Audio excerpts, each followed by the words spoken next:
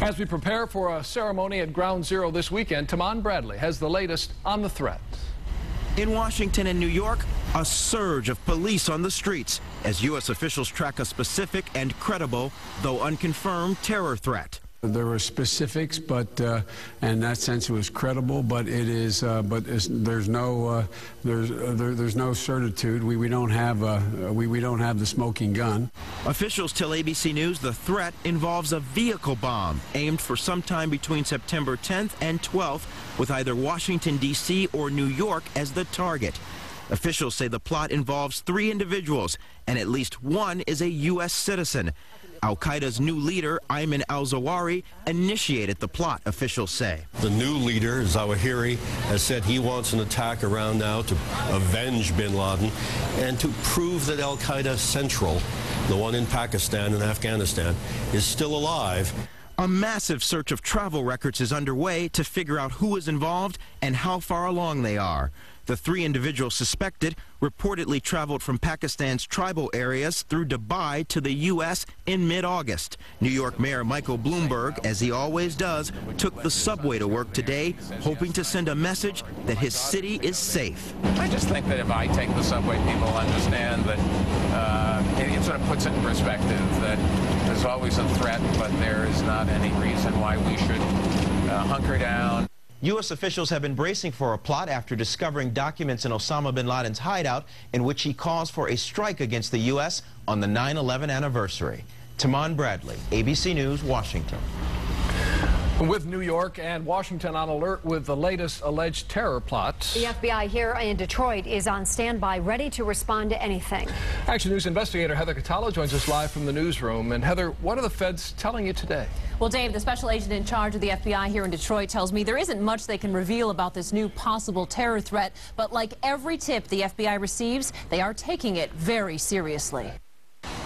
As security tightens across New York and Washington, federal agents here in Detroit are ready to do their part to find out whether would-be terrorists are plotting to attack Americans again on 9/11. Certainly if there's any leads that come in, if there's any information that somebody traveled through Detroit or is here in Detroit or is planning something in Detroit, the Joint Terrorism Task Force is going to jump all over that. Andy Arena is the special agent in charge of the Detroit FBI field office. Arena says his agents are already manning a 24-hour command post. We do it just about every year, just in case, just to make sure. There's always a peak in at this time of the year in threats and the information that's coming in. So we want to make sure that we're in a position to cover those. The FBI and Department of Homeland Security first sent out a bulletin to law enforcement agencies across the country late on Thursday, warning that a potential plot by Al-Qaeda may be underway. CIA intelligence indicates 3 men may have entered the country with the intent to launch a vehicle bomb attack to coincide with the 10-year anniversary of September 11th. Even before this new bulletin, Special Agent Arena had already talked to local leaders about the terrorism threats still facing our country. To kind of bring them up to speed on what the threat is, what the potential threat is, and what we are doing, what the Joint Terrorism Task Force is doing to address that threat. Thanks to information seized during the raid that killed Osama bin Laden, intelligence experts say Al-Qaeda has shown an interest in important dates. To prepare for September 11th, FBI agents across the country were asked to reach out to all possible informants and to review all active cases. While the threat will never go away, the Secretary of the Department of Homeland Security tells Action News the U.S. does have a much better system in place than we did 10 years ago. We know we'll never eliminate all risk. I'm not providing any guarantees for the country, but we can minimize risk and we can maximize our opportunity to stop something. In order to try to stay one step ahead of the terrorists, the FBI has completely changed the way it operates. Coming up tonight on Action News at 6, I'll show you how they've evolved in the years since September 11th. Reporting live in the newsroom, I'm Heather Catallo, Channel 7 Action News. Back to you. Heather, thank you very much. Joanne? Well, the threat specifically targeted bridges and tunnels, and Detroit's bridge and tunnel, 2 of the most traveled. Action News reporter Julie Bonovich has more on the safety concerns there. Despite the unconfirmed and credible terror threat that surfaced Thursday, traffic was normal at the bridge and the tunnel. People telling us they were just as likely to cross the border today as they would any other day. Because you always hear about this stuff, but realistically, nothing really happens. And I think it's pretty safe to go back and forth. Officials had information that a car bomb could be used in the recent terror threat and put bridges and tunnels in New York City and Washington, D.C. on high alert.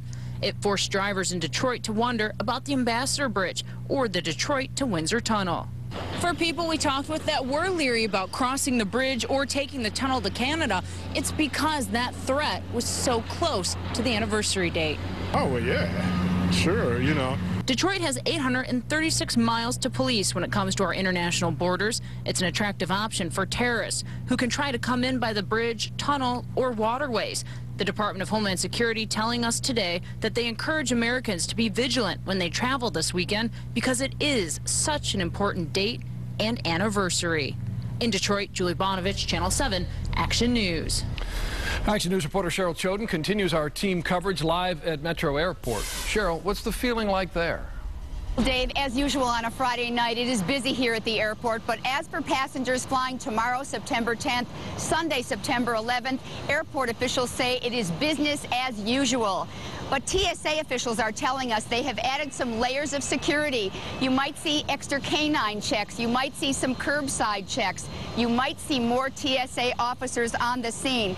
They say this plan has been in effect for weeks. They were planning it coming up to the anniversary of September 11th. They say the same measures have been used whenever there is a heightened alert. Of course, things have changed dramatically since September 11th, 2001. Before that, very few bags were checked, and now today, all bags are checked. What we can carry on the airplane has changed dramatically. Files, scissors, box cutters, of course, you can't take those on the airplane. The amount of gel or liquid you take on has changed. And after Richard Reed and the shoe bomber, now we take off our shoes and our shoes are checked. So there have been some major changes, but right now they're saying at the airport for flyers, business as usual, and Metro Airport officials say, as usual, it's always good to give yourself extra time so you're not hassled at all, and you might want to check with your airlines to make sure that your flight is on time. And Bob Ball from the TSA said, remember this, always remember this, see something, say something. If you see something unusual or suspicious, tell someone, say something. That's always good to remember. Reporting live at Metro Airport, I'm Cheryl Choden, Channel 7 Action News. Cheryl, thank you. The world indeed is a different place today. Joanne? Sure is, Dave. Even the football game experience will be different this weekend as hundreds of thousands of fans walk into the Big House and Spartan Stadium. They can expect some changes. Action News reporter Val Clark has more from Ann Arbor. 115,000 fans will pack the Big House tomorrow night for the stadium's first night game. But long before the fans take their seats, they're going to be affected by what campus and city police are calling enhanced security. Security's not just tight, it's ironclad. Rolling inspection mirrors are just part of the thorough examination all vehicles are getting. Among the new safeguards for the night game against Notre Dame and the 10th anniversary of 9/11. Fans should expect to unzip, unbutton, or lift their outerwear. Traffic will be restricted all the way around the stadium. The closure of Main Street from 5 p.m.